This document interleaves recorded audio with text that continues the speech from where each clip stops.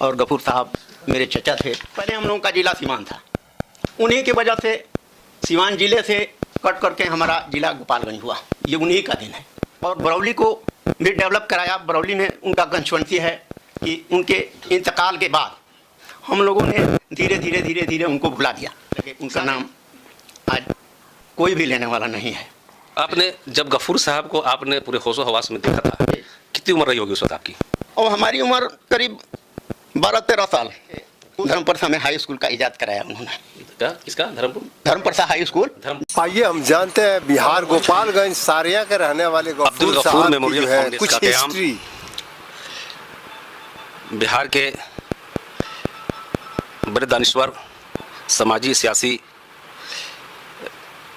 रहनुमा जनाब डॉक्टर अहमद अशफाक करीम साहब, जो बानी चेयरमैन है कटिहार मेडिकल कॉलेज कटिहार के और अल करीम यूनिवर्सिटी के चांसलर भी हैं, उनकी फ़िक्र पर ये अब्दुल गफूर मेमोरियल फाउंडेशन का क़याम अमल में आया है।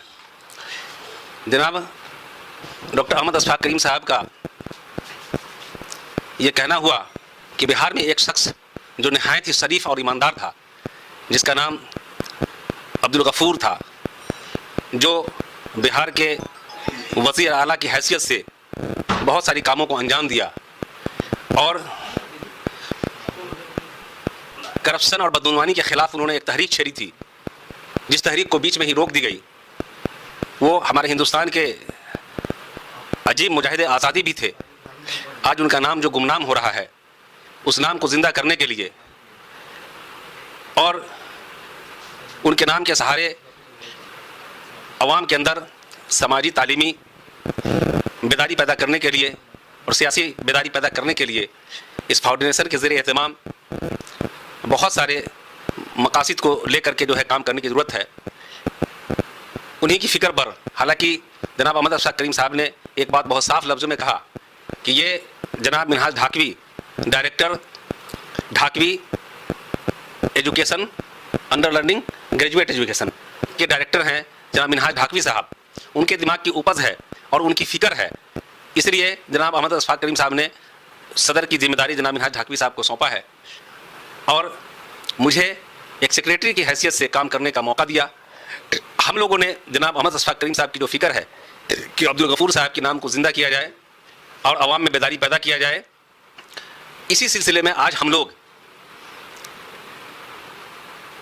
अब्दुल गफूर साहब के आबाई गांव सरिया इख्तियार गोपालगंज में हम लोग पहुंचे हैं, जहां उनके चचाजाद भाई जनाब शहनशाह साहब, ज़फ़र साहब और हमारे कौमी साथ तंजीम के ज़िला के कन्वीनर जनरल सेक्रेटरी जनाब रफ़ी अहमद साहब, मीडिया इंचार्ज ज़फ़र साहब और सदर हमारे जो अब्दुल गफूर मेमोरियल फाउंडेशन है उसके सदर जनाब मिनहाज ढाकवी साहब भी मौजूद हैं और ये जाकिर अली अंसारी साहब और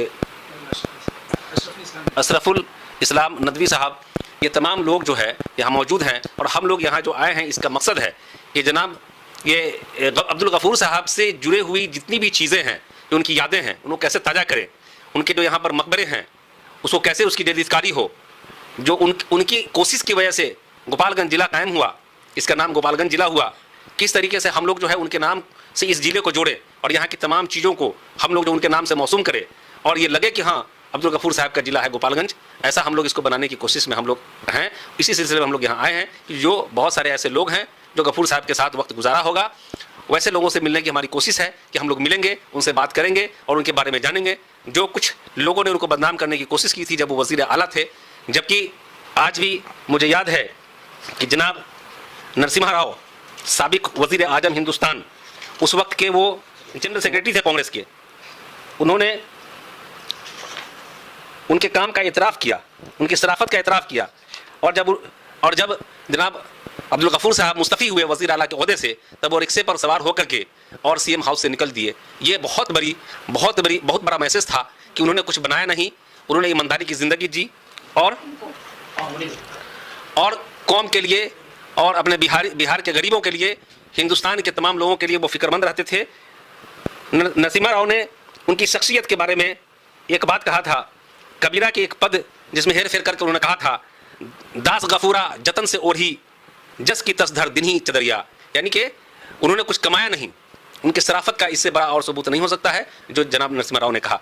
मैं चाहता हूं कि इस मौके पर जो सदर हैं अब्दुल गफूर मेमोरियल फाउंडेशन के जनाब निहाल झाकवी साहब, वो इसके अगराजो मकासिद पर मुख्तसर में जो है अपनी बातें रखेंगे। जनाब निहाल झाकवी साहब। अब्दुल गफूर मेमोरियल फाउंडेशन का क़याम 5 मई 2025 को कानूनी तौर पर अमल में आया है। इससे पहले 2012 में 12 जनवरी को उनके यौम वलादत के दिन हम लोगों ने बहुत बड़ा जलसा करके उनको याद किया था। उसके बाद फिर धीरे धीरे हम लोग भी किसी दूसरे कामों में उलझते चले गए और वो कारवां नहीं बढ़ा। उसके बाद फिर हम लोग 2025 में इस सिलसिले को अब आगे बढ़ाने की अशफाक करीम साहब की सरपरस्ती में कोशिश की है और उसी सिलसिले में आज उनके गांव हम लोग आए हैं। हम लोगों का मकसद ये है कि अब्दुल गफूर साहब अजीम मुजाहिद आज़ादी थे, एमएलए रहे, एमएलसी रहे, एमपी रहे, यूनियन मिनिस्टर रहे और आज उनको बिहार में उनकी पार्टियों ने भी और आवाम ने भी उनको भुला दिया है।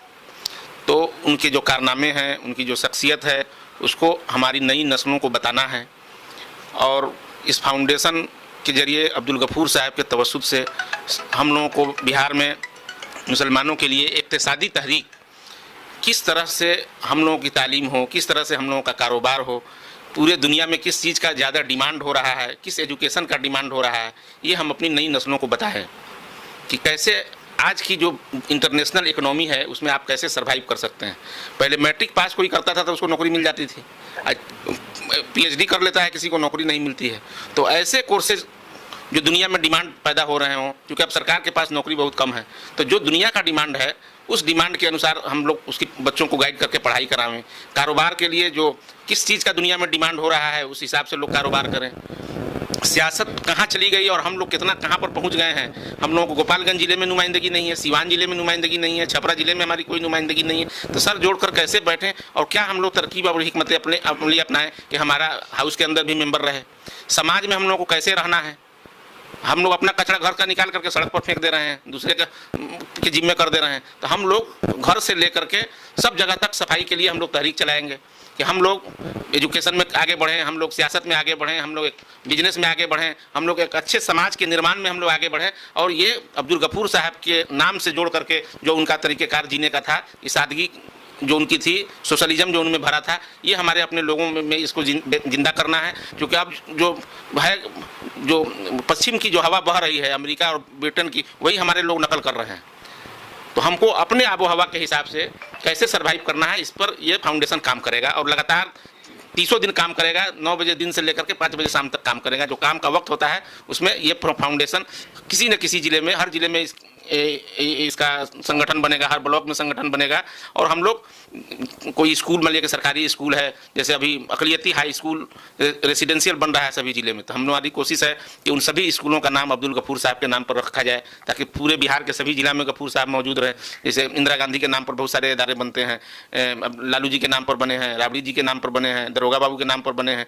तो गफूर साहब को भी सरकार में और हमारे जो प्राइवेट लोग भी खोलें तो गफूर साहब को उसमें उनके नाम को जिंदा करें। इसी सिलसिले में हम लोग ये काम शुरू किए हैं और इंशाअल्लाह हम लोग पटना में 10 जुलाई को इनके नाम पर, इनके यौम वफ़ात पर एक प्रोग्राम रखेंगे। और हमारी कोशिश है कि 12 जनवरी को जो यौम वलादत है इनका, उस मौके पर उनके मज़ार पर हम लोग ये फातिहा पढ़ेंगे और उस मौके पर उनको याद करने के लिए जो जलसा मुमकिन हो सकेगा वो करेंगे। लेकिन पटने में हर साल 10 जुलाई को ये प्रोग्राम होगा। ज़फ़र आलम साहब से, जो अब्दुल गफूर साहब के चचाज़ाद भतीजे हैं, उनसे हम चाहेंगे कि वो अपना तासुर दें, इसलिए कि बहुत वक्त आपने गुजारा है उनके साथ। तो जो वक्त गुजारा है तो उनके बारे में हम लोग खुसूसी तौर पर ये चाह रहे हैं कि बहुत सारी बातें तो जो नुमाया हैं वो तो सब लोग जानते हैं, बहुत ऐसी बातें हैं जो नुमाया नहीं है, जिसके बारे में बहुत लोगों को इल्म नहीं है। तो जैसे उनकी ज़िंदगी जीने का तरीका, लोगों से मिलने का तरीका, किस तरीके से वो मकामी तौर पर जो यहाँ शुरुआती तालीम जो उन्होंने यहाँ से हासिल की गोपालगंज से, इस के मतलब जो आप जानते हैं उन चीज़ों पर जो है, और अपने रिश्तेदारों से, अपने लोगों से मिलना जुलना, तमाम चीज़ों के बारे में जो आप जानते हैं, कुछ ऐसी बातें जो देखा है करीब से, जो आपको हिंट करता होगा, बार बार बातें जहन में आती होगी, वैसी बातों से रूबरू कराइए हम लोगों को और तमाम बिहार के तमाम आवाम को, ताकि सब लोग जाने कि आखिर इतनी बड़ी शख्सियत कैसे आज तक इतने बड़े बड़े लोग हुए, लेकिन कोई बड़ी मुश्किल से कैबिनेट मिनिस्टर तक लोग गया, ये वज़ीर आला हुए और सेंटर में भी इतने पावरफुल मिनिस्टर है राजीव गांधी के कैबिनेट में। और राजीव गांधी जो जब इनसे इस्तीफा लिए तो उस वक्त राजीव गांधी से भी इनकी ऐसी शख्सियत थी कि राजीव गांधी से भी जो इन्होंने बहस किया और उनको जवाब दिया। तो ऐसी बड़ी शख्सियत कैसे पैदा हो गई, और ये इतने छोटे से गांव से कि जब हम आ रहे हैं देख रहे हैं कि अब तो खैर लोगों ने मकान ही बना लिया है, लेकिन बहुत चार्मिंग जो हमको लगता है कि पहले नहीं रहा होगा, वैसे गांव से, एक छोटे से गांव से उठ करके कैसे इतना बड़ा नाम उन्होंने बनाया। तो हम चाहेंगे जफर साहब, जरा सा आप जो है इसको ब्रीफ कीजिए। इधर ही आएंगे, वहीं पर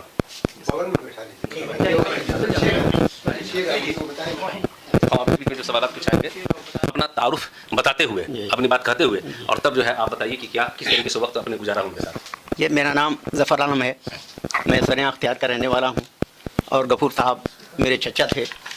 पहले तो हम लोग छोटे थे, उस वक्त से उनका उरूज शुरू हुआ, उस वक्त तो हम लोग बच्चे थे, लेकिन जैसे जैसे हम लोग बढ़ते गए उनके बारे में जानने की कोशिश करते गए और जानते गए। जिस जिस ओहदे पर वो रहे, अपनी ईमानदारी और अपने मेहनत से उन्होंने सारे आवाम के लिए जेन्युइन जो कुछ भी करना था उन्होंने किया। उसके बाद वो गोपालगंज में तो पहले हम लोगों का जिला सीवान था, उन्हीं की वजह से सीवान जिले से कट करके हमारा जिला गोपालगंज हुआ। ये उन्हीं का दिन है। उन्होंने सीवान से काट करके गोपालगंज को जिला बनाया और बरौली को भी डेवलप कराया। बरौली में उनका कंस्टिट्यूंसी है, इस कंस्टिट्यूंसी के लिए उन्होंने बहुत कुछ किए। ये कहने की बात नहीं है, सारे लोग जानते हैं उनकी ईमानदारी, उनका मेहनत, ये सब कुछ सब लोगों के सामने है। अब रही बात कि उनके इंतकाल के बाद हम लोगों ने धीरे धीरे धीरे धीरे उनको भुला दिया। सारे लोग इस मौजू से हट करके अलग अलग अपना ये करने लगे। उनका नाम आज कोई भी लेने वाला नहीं है। यही आपने जब गफूर साहब को आपने पूरे होशो हवास में देखा था, कितनी उम्र रही होगी उस वक्त आपकी? और हमारी उम्र करीब 12-13 साल, उस वक्त से हम उनको देखते हैं। आप उस वक्त तालिब इल्म थे? जी बिल्कुल तालिब इल्म थे। हमारे यहाँ स्कूल नहीं था, हाई स्कूल उन्हीं का बनवाया हुआ है। पहले लोग यहाँ से मांझा हाई स्कूल में जाते थे, यहाँ से करीब 7-8 किलोमीटर दूर। उनकी मेहनत लोगों से मिल करके धर्मप्रसा में हाई स्कूल का इजाद कराया उन्होंने। क्या किसका?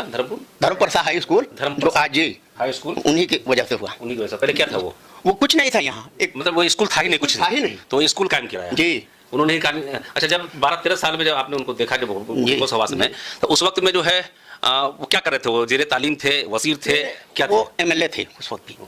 एमएलए पहला या दूसरा टर्म था, क्या था? अब 52 से वो पहला इलेक्शन जीते, 52 से। तो उस वक्त हम लोगों का बहुत कम था। अच्छा, बाद में? हाँ जी, उसके बाद से जब उस वक्त वजीर नहीं बन पाए थे, स्टेट में भी नहीं, उस वक्त वजीर नहीं थे ना, नहीं थे। लेकिन बावजूद इसके वो जो है क्या कहते हैं कि हाई स्कूल बनवाए और जो है इस इलाके को डेवलप करवाया, एंड डेवलपमेंट का काम जो उन्होंने शुरू किया, आप उस वक्त से देख रहे हैं इनको। सियासी जिंदगी में उनको आपने देखा जी, हम तो उनके साथ आप वक्त भी गुजारे, साथ भी रहे चुनाव वगैरह में भी? हाँ हाँ बिल्कुल। कोई तल्ख बातें, कुछ ऐसी बातें? अब देखिए, इलेक्शन की बात जहाँ तक होती थी, वो हमारे यहाँ घूमते बहुत कम थे, इसलिए कि उनका व्यवहार अखलाक ही ऐसा था कि सारे लोग उनके लिए मेहनत करते थे। बहुत अच्छी बात है। तो इलेक्शन में वो कुछ खास लोगों से मिला करते थे, जो गांव के बुजुर्ग किस्म के लोग थे, उन्हीं लोगों से वो मिला करते थे। उनको इलेक्शन में मेहनत बहुत कम करना पड़ता था। अच्छा, मकामी सतह पर कुछ उनके अच्छे दोस्तों की लिस्ट रही होगी एक, अगर आप जानते हैं तो? अब उसमें नहीं जानते हम कि पहले, अब कुछ दोस्त थे उनके, जो जैसे गोपालगंज में श्यामलाल हैं, है ना, और क्या नाम है, इस्लाम सेठ थे। अच्छा, उस हाँ हाँ, वो फुलदे बाबू थे। ऐसे ऐसे लोगों से उनका जी लगाव रहा था। अब्दुल गनी साहब, तो ये लोग थे। अच्छा, एक चीज बताइए कि जब अपने लोगों के बीच में दरमियान में बैठते थे तो क्या कुछ नसीहत भी करते थे? बिल्कुल नसीहत करते थे। नसीहती के बल पर ना ये सब मान लीजिए कि जो हाई स्कूल बना, लोगों के मेहनत ही थे ना बनाई। नहीं, आप लोगों को नसीहत करते थे कि बाबू तुम लोग ऐसे करो, वैसे करो, ये करो, वो करो, तालीम हासिल करो या सियासत करो? तालीम के मामले में बच्चों को बताया करते थे जी। वो कहते थे तुम लोग पढ़ो, तालीम हासिल करो, तभी कुछ होगा। अच्छा, आप लोग तो छोटे थे, लेकिन एक था, लगता था कि ये एम्बिशन कुछ ऐसा लगता था कि क्या सोच रहे हैं, कुछ बड़ा करना चाह रहे हैं, क्या कर रहे हैं, कुछ इस तरीके से? इस तरह की कोई लगता था कि आप इतने बड़े ओहदे तक जाएंगे? हाँ, ये तो लगता था उनके, इसे लगता था कि बड़े ओहदे पर जाएंगे। और इंदिरा गांधी के ज़माने से ही उनको ये इज्जत मिलती रही है। उसके बाद फिर राजीव गांधी हुए, राजीव गांधी से फिर थोड़ा सा नोकझोंक भी हो गया था उनको ये लेकर के। हालांकि वो भी इनकी ईमानदारी की वजह से हुआ था। जी, ईमानदारी की वजह से। हाँ, जो काम वो लोग अपनी मर्जी से चाहते थे करना, लेकिन ईमानदारी से करना चाहते थे। हाँ, ये उस तरह से नहीं करना चाहते थे। तो अब वही तक रहेगा कि अभी अभी जो है हम लोग मतलब कि अब उनका उनका नाम बिल्कुल गुमनाम हो चुका है। जी तो इस बारे में क्या सोच रहे हैं हम लोग, क्या करना चाहिए? वो ये हम जैसे लोग इस इलाके में कुछ जरूरी होगी, कुछ जरूरियात जी होंगी। जी जी। हाँ, तो उसके लिए मीटिंग कुछ किया जाए, लोगों को बताया जाए कि क्या करना है, उसमें लोग जुड़ेंगे। नहीं, यहाँ पर मकामी सतह पर तालीमी इदारे हैं? नहीं, यहाँ पर मदरसा है। मदरसा मदरसा है। तो सिर्फ दीनी तालीम हासिल कर सकते हैं आप? जी जी, मदरसा है। कोई बड़ा स्कूल वगैरह उनके नाम से कोई कॉलेज वगैरह भी कायम नहीं है? कुछ नहीं है उनके नाम पे, कुछ तो नहीं आप है। चाहेंगे कि उनके नाम से कॉलेज यूनिवर्सिटी बने, यहाँ हाँ बने हो, गोपालगंज में? बिल्कुल बिल्कुल बनना चाहिए कि लोगों की ख्वाहिश है कि हर लोगों के नाम पे वो है, कॉलेज है, स्कूल है ये है, लेकिन उनके नाम पे कुछ नहीं है। कुछ नहीं है। जबकि उन्होंने इस जिला को जी, बहुत कुछ दिया। जिला को कायम किया उन्होंने, जी। जिला उन्होंने बनाया और उसके बाद उनके नाम से कुछ नहीं है, कुछ नहीं है ना? अब तो हम लोग सरकार से भी, आप लोग ये सरकार से मांग करते हैं कि इस तरीके से जो है यहाँ उनके नाम से जो है। अब यहाँ कौन है जो सरकार से मांग करेगा? वहां तक पहुंच किसकी है? नहीं ना, आप ये हथुआ न्यूज़ के जरिए और फाउंडेशन ये हथुआ न्यूज़, हाँ हथुआ न्यूज़ के जरिए और इस फाउंडेशन के रहनुमाओं के जरिए जो है आप अपनी बात को आगे पहुंचा सकते हैं कि आप क्या चाहते हैं। जी, जरूरी है ये तो, इसको पहुंचाया जाए, आगे तक पहुंचाया जाए। के मकबरा पर हम लोग हैं और जो यहाँ की हालत है वो छुपी नहीं है, देखी जा सकती है। ये ज़मीन तो सरकार की नहीं है, अब्दुल गफूर साहब की अपनी ज़मीन है। इनके लोगों ने, इनके घर के तमाम लोगों ने इसको, ये करीब हमको लगता है 2.5-3 कट्ठा का एक इलाका है, इतनी ज़मीन जो है कब्रिस्तान के लिए जो है इसको वक्फ किया है और इसमें इनका दरगाह है, मकबरा है, जो देखने से ही हालत इसकी बहुत ख़राब लग रही है। मैं सरकार से मांग करता हूँ कि जल्द से जल्द अब्दुल गफूर साहब, जो कि बिहार के बहुत ही मजबूत, बहुत ही बड़े, बहुत ही अजीम मुजाहिद आज़ादी के साथ साथ वज़ीर आला बिहार रहे और बहुत बड़े सियासतदान रहे और बहुत बड़े समाजी मिली रहनुमा रहे, जो कौम मिल्लत के लिए बहुत फ़िक्रमंद रहते थे, उनकी दरगाह की जदीदकारी की जाए। इनके दरगाह तक आने के लिए यहाँ पे पूरी जगह है जो देखी जा सकती है। इस जगह पर जो है एक रास्ता जो है, इनके दरगाह तक आने के लिए एक रास्ता बनाया जाए और इसको जदीदकारी की जाए, इसमें फूल पौधे वगैरह लगाए जाएँ ताकि यहाँ आने वाले लोग जो है एक बार आवे तो बार बार आने का शौक और जज़्बा पैदा हो और ये महसूस हो कि हाँ, बिहार की किस शख्सियत की दरगाह पर हम आए हैं। ये इस बात का जो है लोगों को जो है कम से कम जो है सरकार के ज़रिए से जो है ये होना चाहिए कि भाई अच्छी बेहतर जगह पर हम लोग जा रहे हैं और उनके लिए दुआएं मग़फ़िरत हम लोग करें।